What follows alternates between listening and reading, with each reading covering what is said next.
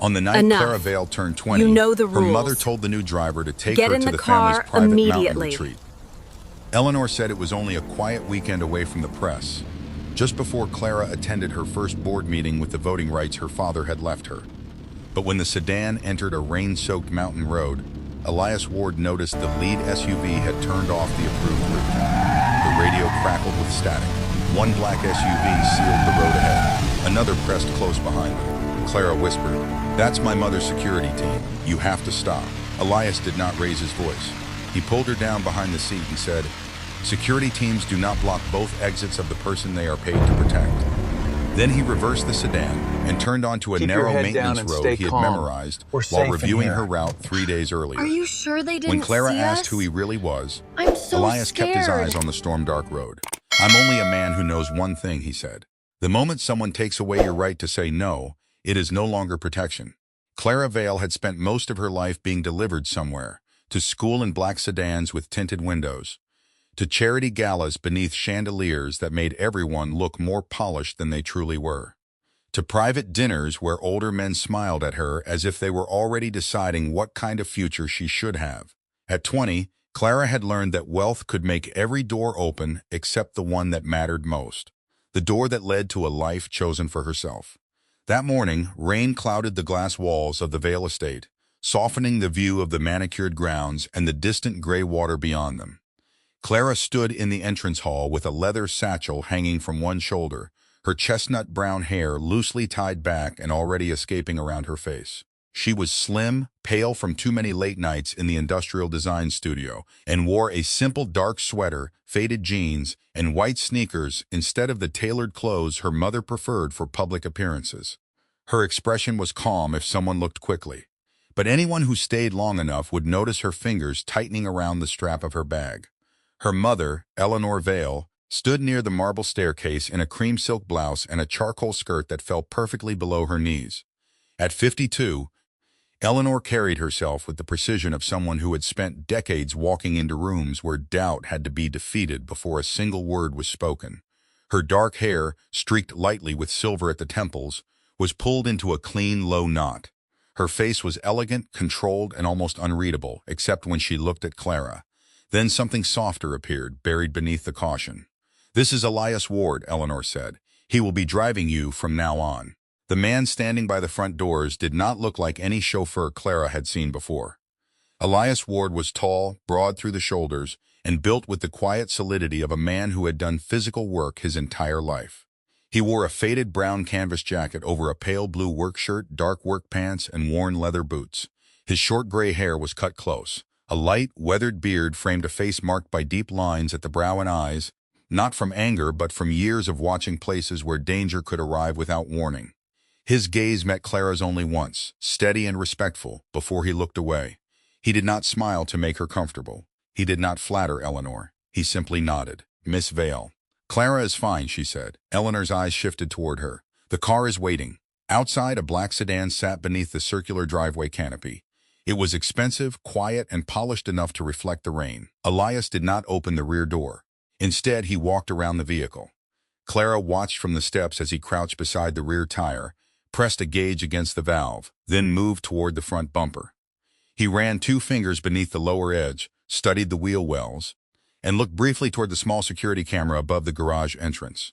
Eleanor checked her watch. "Mr. Ward, Clara has class." Elias stood slowly. "The rear left tire is low. Not dangerous yet, but not safe for highway speed." "The maintenance staff checks everything," Eleanor replied. "They missed this." His tone was not rude. That seemed to irritate Eleanor more. A uniformed garage attendant hurried forward and confirmed the reading after a tense minute. Clara expected Elias to look pleased, or at least vindicated. He did neither. He simply waited until the tire was corrected. When Eleanor finally turned away, frustrated, Clara stepped closer to him. "You could have just driven," she said quietly. Elias looked at the sedan, then at her. "You could have just sat down." The answer startled a small laugh out of her. For the first time that morning, something inside her loosened. As Elias opened the rear door, Clara noticed a thin scrape of fresh black paint on the inside edge of the wheel well, too low to be seen casually, too recent to have gathered dust. Elias noticed it too. His expression changed by less than a breath, but Clara saw it. "What is it?" she asked. Probably nothing, he said. But he did not sound like a man who believed in nothing. The drive to the university was quiet at first. Elias kept both hands on the wheel, never checking his phone, never turning around to make conversation. The rain gathered on the windshield and slid away in silver lines. Clara watched Seattle blur past the window. Coffee shops, bus stops, construction cranes, strangers moving through lives that looked ordinary from the outside. "You don't talk much," she said. "I talk when I have something worth saying. That must make meetings difficult." It made some meetings shorter. She smiled despite herself. At a red light, Elias glanced at the side mirror. His eyes narrowed slightly. Clara noticed. "What?" "Nothing yet." She turned to look behind them. A silver utility van sat 2 cars back. It was ordinary, dented side panel, roof rack, no visible logo, the kind of vehicle no one would remember seeing. When the light changed, Elias took a different street than the navigation system suggested. "Traffic?" Clara asked. "Road work ahead." There was no road work that she could see, but she did not challenge him. By the time they arrived at the design building, the silver van was gone. Elias stepped out and opened her door. He stood at a respectful distance, rain darkening the shoulders of his canvas jacket. "Will you be here at 4?" Clara asked. "Yes." "You always this certain?" "Yes." Clara hesitated, then looked back at the estate sedan, at the man who had refused to hurry because a tire was low, and at the uneasy feeling she could not explain. "My mother said you used to be in the Navy." Elias's eyes did not change, but his posture did. It was almost invisible, a stillness settling through him. "I used to do a lot of things," he said. Then he closed the door gently and watched her walk toward the building. At 4 o'clock, Clara returned with charcoal smudged on her fingers and a roll of design sketches under her arm. Elias was waiting exactly where he had said he would be. But before she reached the car, she noticed him standing beside the front wheel, looking across the street. The silver utility van was parked beneath a dripping maple tree. And this time, Elias was no longer pretending it meant nothing. Clara stopped beneath the covered entrance of the design building, rain tapping softly against the metal awning above her. Across the street, the silver utility van remained parked beneath the maple tree. Its windshield reflected the wet gray sky, hiding the driver. Elias stood beside the sedan with one hand resting near the front wheel, his broad shoulders still beneath the faded canvas jacket. He was not staring at the van. That was what unsettled Clara most. He looked past it, toward the crosswalks, the bus lane, the side street where people disappeared behind rows of brick storefronts. "Is someone following me?" she asked. Elias took a moment before answering. "I don't know yet. That doesn't sound reassuring." "It isn't meant to." His calmness should have made her angry. Instead, it made her listen. Elias had the kind of face that gave very little away. Gray stubble along a square jaw, pale eyes set beneath brows that seemed permanently shaped by long years of wind, sun, and hard decisions. Clara had met powerful men who used silence to make others feel small. Elias used it differently. He left space for the truth to arrive. "Then what do we do?" she asked. "We notice, we don't panic, and we don't tell people until we know what we're telling them." The van pulled away before Clara could see who was inside. It turned right at the intersection and vanished into afternoon traffic. Elias opened the car door for her. "Get in." During the drive home, Clara barely looked at her phone. She watched streets slide by, trying to remember whether she had seen the silver van before. Once near campus, maybe. Possibly outside the cafe where she met classmates. But she could not be sure. That was the problem with fear. Once it entered a thought, it began rewriting every ordinary moment around it. At the estate, Eleanor was waiting in the conservatory, surrounded by orchids and glass walls streaked with rain. She had changed into a black cashmere dress, her dark hair still pinned smoothly at the nape of her neck. The softness in her face was there again. But it seemed practiced now, like something she put on before difficult conversations. "You're late," Eleanor said. "The tire was low this morning," Clara replied. "I heard." Eleanor's gaze moved to Elias, who stood quietly near the doorway. "Mr. Ward seems determined to turn every small inconvenience into a security operation." Elias did not react. "I prefer to call it preventing avoidable problems." For one heartbeat, Clara thought her mother might dismiss him on the spot. Instead, Eleanor smiled without warmth. "Please leave us." Elias nodded and stepped away. But not before Clara noticed his eyes go briefly to the small camera installed above the conservatory door. The movement was so slight she might have imagined it. Eleanor poured tea into 2 white porcelain cups. "You have a meeting tomorrow evening with the Vale Foundation Board. I want you to wear the navy dress from Milan, the one with the high collar." I have class. You can miss one class. I already missed 2 events this week. Clara. Her mother's voice tightened, then softened again. You are 20 now. People will be watching you more closely. Your father understood that visibility comes with responsibility. The mention of Jonathan Vale made something ache behind Clara's ribs. Her father had been gone for 4 years, yet his absence still lived everywhere in the house. In the unopened study, in the old sailboat no one used, in the way Eleanor said his name only when she needed Clara to obey. I'm not him, Clara said. No, Eleanor replied. That is exactly what frightens me. Later that night, Clara went to her father's old study. The room smelled faintly of cedar, leather, and dust. Jonathan had been tall, warm-faced, and untidy in a way Eleanor never tolerated. He had worn his hair too long, laughed too loudly at his own bad jokes, and filled notebooks with sketches of ports, bridges, community centers, and ideas he never stopped believing could make life better for people who had less than he did. Clara sat at his desk and opened the laptop that had remained locked in a drawer since his death. Months earlier, an estate technician had managed to restore it, but she had never found the courage to look through it. Tonight she entered the password she had discovered in one of his notebooks, the coordinates of the small fishing town where he and Eleanor first met. A folder appeared on the screen. For Clara, when you're ready. Her hands trembled as she opened it. Inside were scanned documents, voice recordings, and a single letter dated 3 weeks before her father's death. Clara clicked the letter first. Jonathan wrote that he wanted her to understand one thing. A family name can give you a room to stand in, but it must never become the room you are trapped inside. She read the line twice. Then a message notification flashed across the screen. It had not come from her father's files. It was a live system alert from the Vale Horizon internal network. Unauthorized access attempt detected. User location, West Wing study. Clara froze. She had not logged into the company network. She was only using her father's old laptop. The study door behind her was slightly open. For a moment, she could hear nothing except the rain and the low mechanical hum of the house. Then Elias's voice came from the hallway. Miss Vale? Clara turned too quickly. Elias stood at the door, still in his work clothes, a small flashlight clipped to his belt. His expression had changed, not alarmed, focused. I saw the study light, he said. Is everything all right? She showed him the alert. He did not touch the laptop. Instead, he leaned closer, studying the screen without blocking her view. This machine may be connected to a monitored network, he said. Or someone set it to report activity.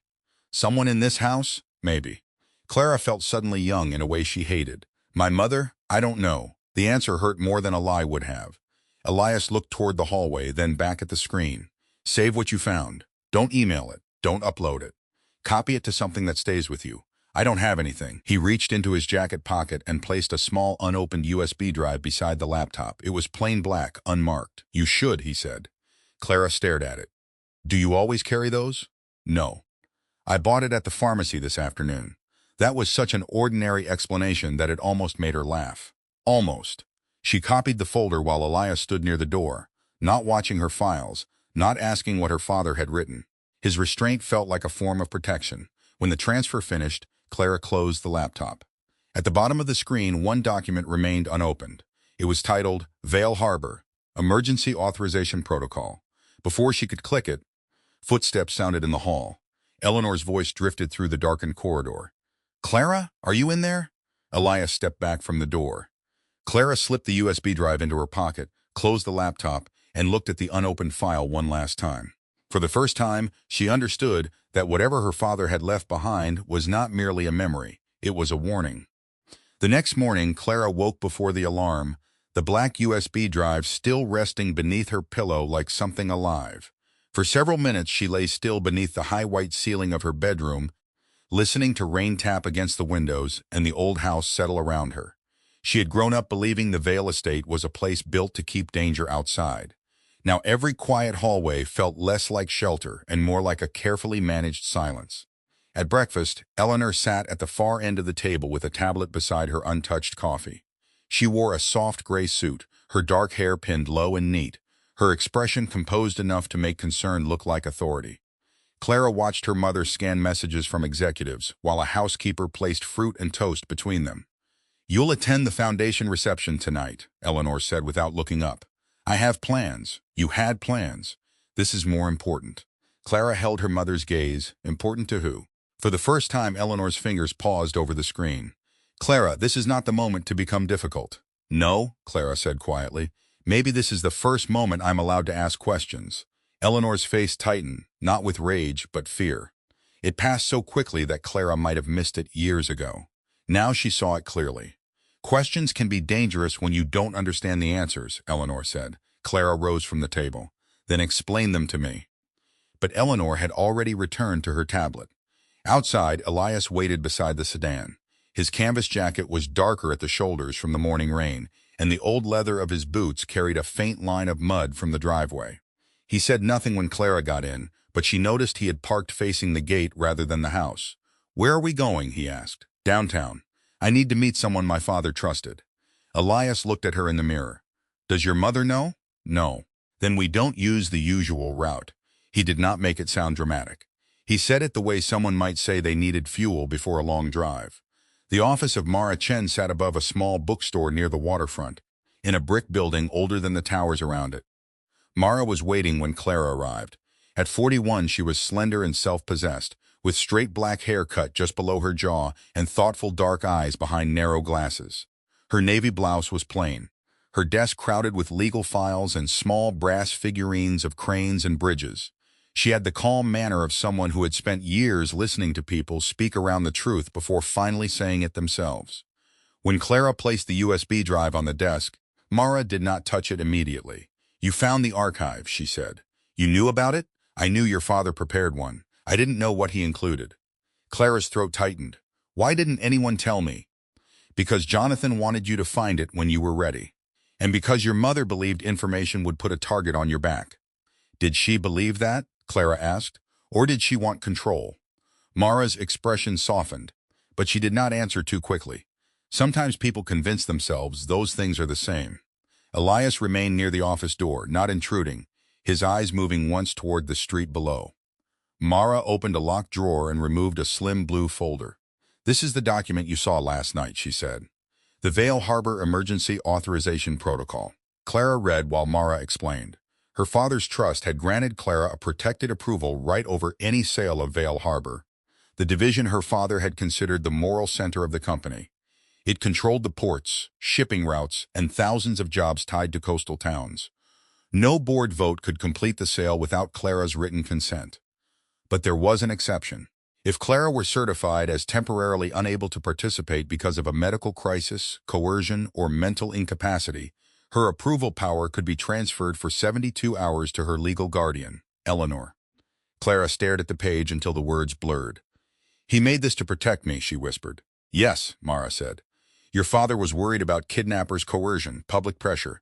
He never intended it to be used against you. And the sale? Vale Harbor is being offered to an investment group through several holding companies. The price is low. The timing is aggressive. Your mother says the company needs stability. Mara folded her hands. But I have seen the numbers. Stability is not the same thing as surrender. A sharp metallic sound came from the street below. Elias moved to the window before either woman could speak. Across the road, beside a fire hydrant, the silver utility van was parked again. Its driver's side door stood open. No one was inside. For a moment, the van looked abandoned. Then Elias saw the small red light blinking beneath its dashboard. He stepped back from the glass. Do not leave by the front entrance, he said. Clara's pulse began to race. Is it watching us? I don't know. His voice was low, controlled. But it wants us to know it can be nearby. Mara's face lost some of its calm. Should we call the police? Not yet, Elias said. Not without something we can document. He turned to Clara. Did anyone know you were coming here? My mother knew I had plans, Clara said. Not where? Mara looked at the blue folder, then at Clara. That means someone may be watching the car. Or your phone. The thought made Clara's stomach turn. Elias did not touch her phone. He simply held out his hand. May I see the car keys? Clara gave them to him. He stepped into the hall and returned a few minutes later with a small fleck of dark material on his palm. Fresh paint, he said. Same color as the scrape I saw yesterday near the wheel well. On the car, Clara asked. On the driver's side door frame. Someone got close enough to brush it. Mara's voice became firmer. Clara, you need to understand this. You are not imagining a threat.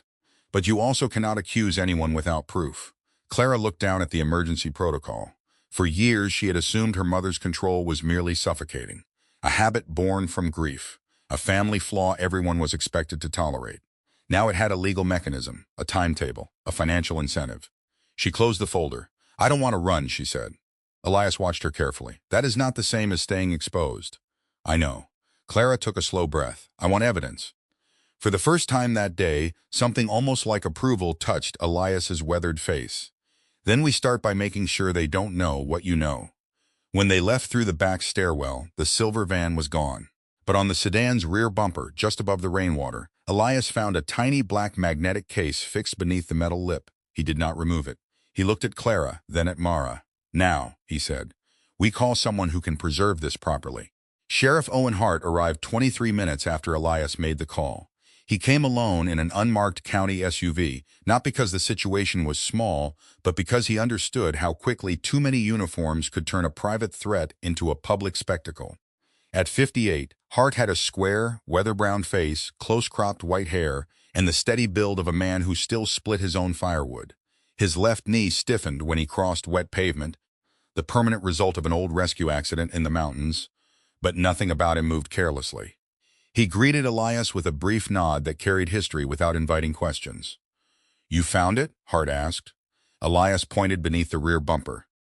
Hart crouched, studied the small black magnetic case, and took photographs before touching anything. He wore thin evidence gloves from a sealed packet, then called a county technician through speakerphone to confirm the steps. Clara watched from beneath the rear stairwell, Mara beside her with the blue folder held against her chest.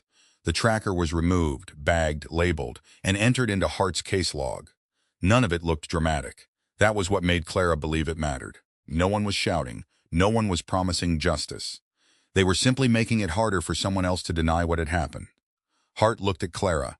"Miss Vale, this tells us someone wanted the location of the car. It does not tell us who ordered it." "I know," Clara said. Her voice sounded steadier than she felt. Mara checked her phone, then frowned. "The board meeting has been moved." Clara turned. "Moved when?" "Tomorrow morning, 8:30. It was supposed to be Friday." "It was." Mara's eyes lifted behind her narrow glasses. "Someone wants the Vale Harbor vote completed before you can prepare." Elias looked toward the street, then back to Clara. "Your mother knows you met Mara?" "No. Someone else may know enough." Clara thought of the van, the laptop alert, the tracker under the car. The idea that every choice had already been observed made her skin feel too tight. Hart's expression stayed calm. "You don't need to disappear. But you do need to stop moving on a schedule other people can predict." He gave Clara a card with a direct number and told her to call before making any change in plans. Then he left with the evidence bag secured in a locked case. On the drive back, Elias chose a route through older neighborhoods instead of the main highway. Clara sat in the rear seat, Mara beside her, holding the blue folder open across her knees. The emergency authorization protocol seemed heavier now that she understood what it could do. "I keep thinking my mother must not know," Clara said, "that this is Victor, that he's using her." Mara's voice was gentle but honest. "Your mother may not know every detail, but she knows you are being pressured. The question is whether she is willing to stop it." Clara looked out at rain-dark houses and empty playgrounds. "She keeps saying she's protecting me." "People can use love to excuse control," Mara said. "That does not make the control less real." When they reached the estate, Eleanor was waiting in the library. The room was dim except for a fire burning behind black iron doors. Eleanor stood in front of it in a cream blouse and dark trousers, one hand resting on the back of a leather chair. Her face was composed, but the line between her brows had deepened. Clara realized then that her mother had not slept much either. "You left without telling me," Eleanor said. "I went to see Mara." "I know." The words landed softly and still struck like glass. Clara's eyes narrowed. "How?" Eleanor looked toward Elias. "Mr. Ward, please give us a moment." Elias did not move. Clara surprised herself by saying, "He stays." Eleanor's mouth tightened. "Clara, he stays," she repeated. "Because every time I'm alone with you, I leave knowing less than when I came in." For a long second, the only sound was the fire. Then Eleanor sat down slowly. "Victor believes you are being manipulated. Victor is watching my phone and tracking my car." Eleanor's expression changed. Not disbelief. Recognition. That was worse. "He told me there were security concerns," she said. "He said someone might try to influence your vote. And you let him decide what I'm allowed to know?" "I let him protect you." "No," Clara said. "You let him manage me." Eleanor's gaze fell to the blue folder in Clara's hand.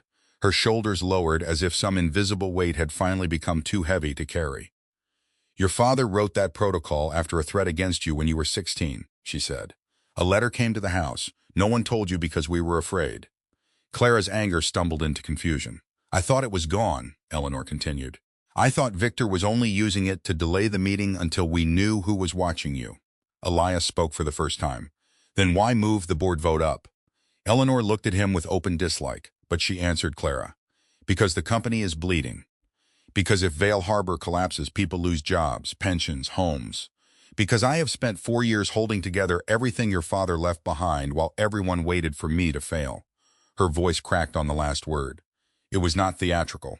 It was the sound of a woman who had been strong for so long she no longer knew how to ask for help. Clara felt the old instinct rise in her, the instinct to comfort her mother, to make herself smaller so Eleanor could stay intact. But she did not obey it.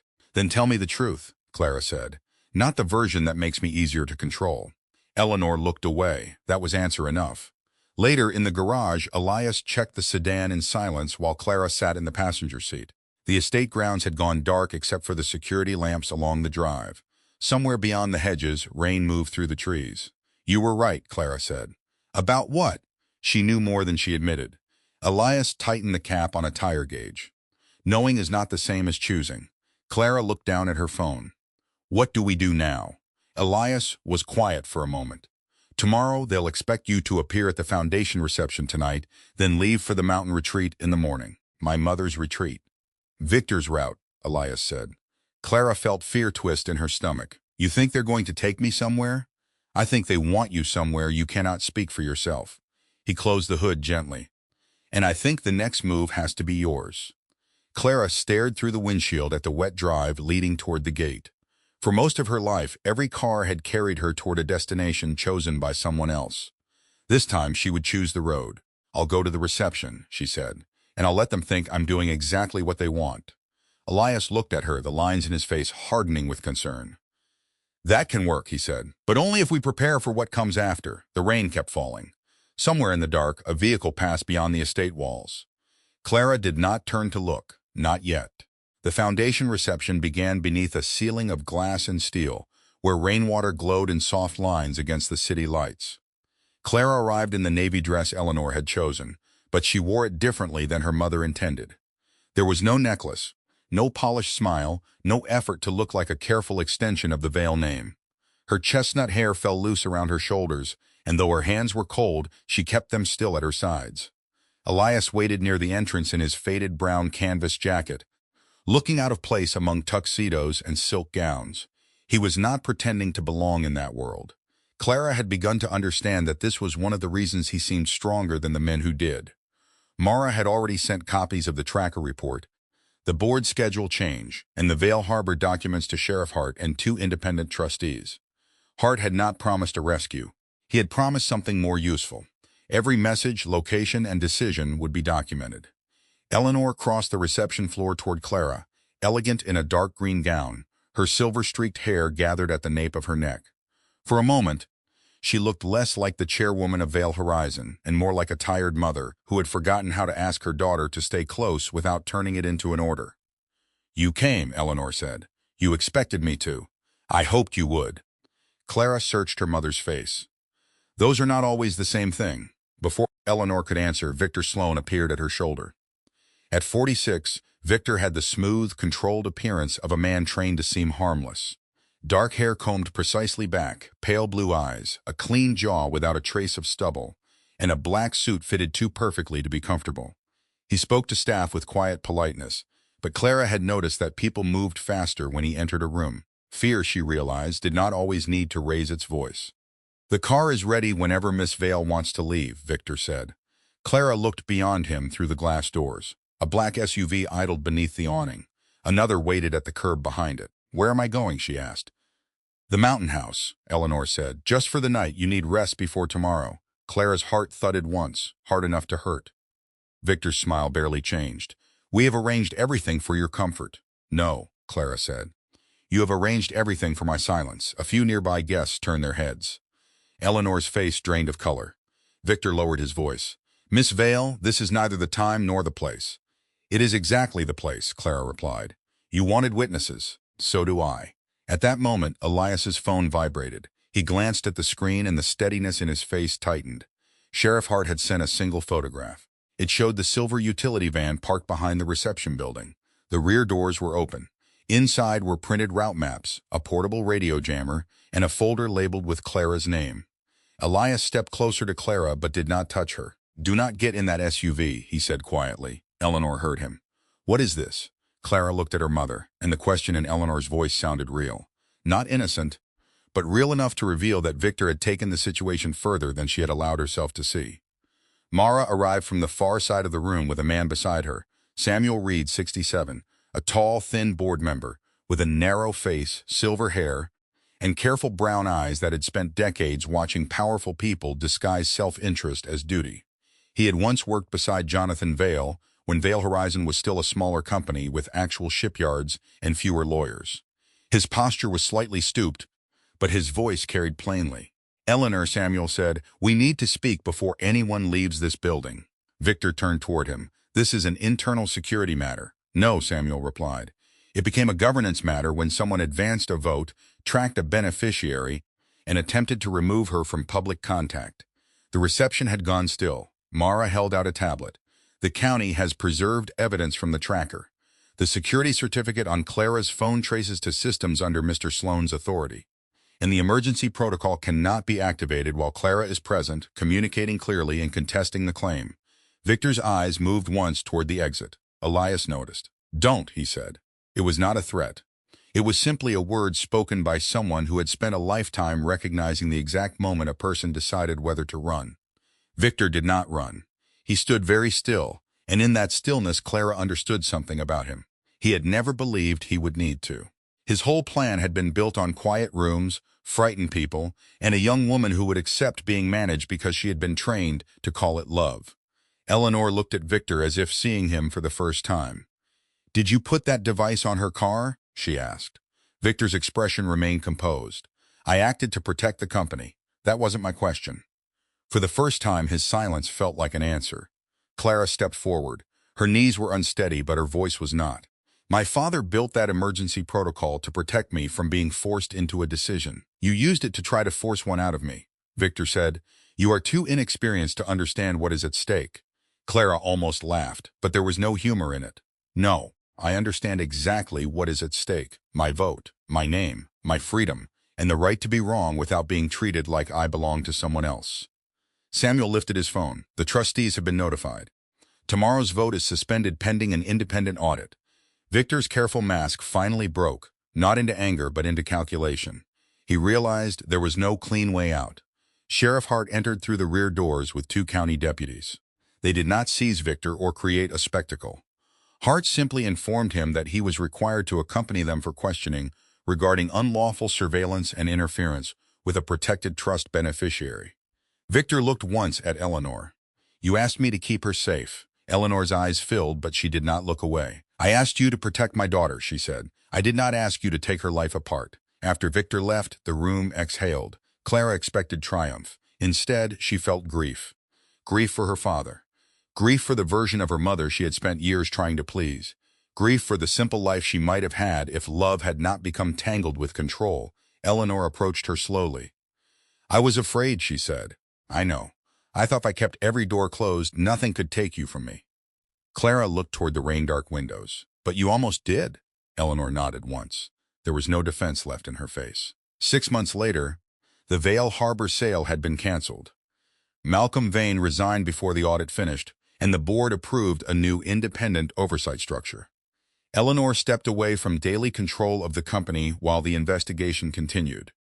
Clara did not become CO. She returned to school, then began working with a small community design fund connected to the port districts her father had cared about. She wanted to build things people could enter freely. Elias declined the offer to become full-time head of security. Instead, he accepted limited consulting work, 3 days a month, no permanent call schedule, no promise that his life would belong to emergencies again. One evening, Clara found him in Daniel's garage, standing beside an old pickup with the hood open. Grease darkened his hands. Rain tapped lightly on the corrugated roof. "Do you think I saved myself?" she asked. Elias wiped his hands on a rag and looked at her with the quiet patience that had never made her feel small. I think you stopped letting other people decide who you were. Clara smiled. Outside, the road stretched dark and wet beyond the open garage door. For once, no one was waiting to tell her where it led. In the end, Clara learned that the greatest miracle is not always a sudden rescue or a door opening at the perfect moment. Sometimes, God's miracle is the strength He places inside us when we finally choose to speak the truth, stand up for ourselves, and walk forward even when the road is uncertain. In everyday life, many people carry silent fears, difficult family relationships, unfair pressure, or decisions that feel too heavy to face alone. But never forget, your voice matters. Your life matters. And no one has the right to take away the future God placed in your hands. May God give you wisdom when you feel confused, courage when you feel afraid, peace when your heart is tired, and the right people beside you when you need support most. If this story touched your heart, please share it with someone who may need encouragement today. Leave a comment and tell us where you are watching from and what part of Clara's journey spoke to you most. Please like this video and subscribe to the channel for more powerful stories of courage, faith, hope, and second chances. May God bless you, protect your family, and guide every step you take.